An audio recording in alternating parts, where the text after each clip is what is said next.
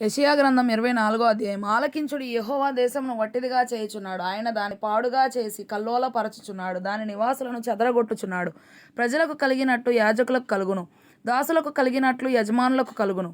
దాసీలకు కలిగినట్లు వారి యజమానురాండ్రకు కలుగును. కొనువారికి కలిగినట్లు అమ్మువారికి కలుగును. అప్పిచ్చువారికి కలిగినట్లు అప్పు పుచ్చుకొని వారికి కలుగును. వడ్డీకిచ్చు వారికి కలిగినట్లు వడ్డీకి తీసుకొని వారికి కలుగును. దేశము కేవలము వట్టిదిగా చేయబడును, అది కేవలము కొల్లసొమ్మగును.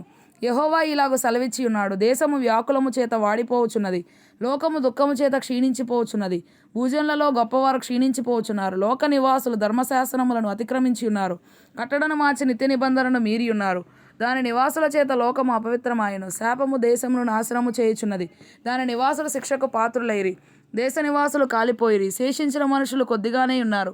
క్రొత్త ద్రాక్షారసము అంగలాచుచున్నది, ద్రాక్షావల్లి క్షీణించుచున్నది. సంతోష హృదయులు అందరూ నిట్టూర్పు విడుచుచున్నారు.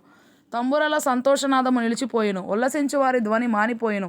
సితారాల ఇంపైన శబ్దము నిలిచిపోయెను. పాటలు పాడుచు మనుషులు ద్రాక్షరసము త్రాగరు. పానము చేయు వారికి మద్యము చేదాయెను. నిరాకారమైన పట్టణము నిర్మూలము చేయబడెను.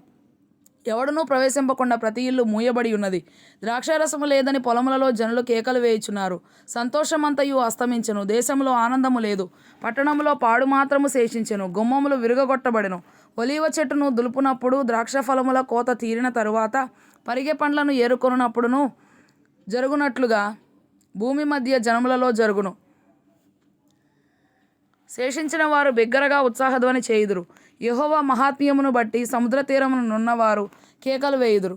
అందును బట్టి తూర్పు దిశనున్న వారలారా, యెహోవాను గణపరచుడి. సముద్ర ద్వీప వాసులారా, ఇశ్రాయేలు దేవుడైన యెహోవా నామమును గణపరచుడి. నీతిమంతునికి స్తోత్రమని బూదిగంతము నుండి సంగీతములు మనకు వినబడెను. అప్పుడు నేను, అయ్యో నాకు శ్రమ, నేను చెడిపోతుని. మోసము చేయువారు మోసము చేయుదురు. మోసము చేయువారు బహుగా మోసము చేయుదురు. భూనివాసి, నీ మీదికి భయము వచ్చెను. గుంటయు ఉరియు నీకు తటస్థించెను. తూములు పైకి తీయబడి ఉన్నవి. భూమి పునాదులు కంపించుచున్నవి.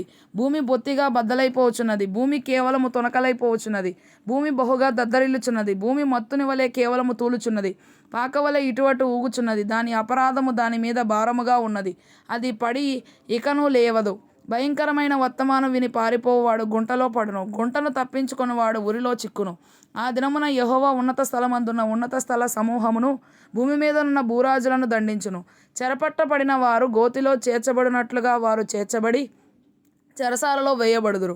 బహుదినములైన తరువాత వారు దర్శింపబడుదురు. చంద్రుడు వెలవెలబోవును, సూర్యుని ముఖము మారును. సైన్యములకు అధిపతియగు యెహోవా సీయోను కొండ మీదను యెరూషలేములోను రాజగును. పెద్దల ఎదుట ఆయన ప్రభావము కనబడును.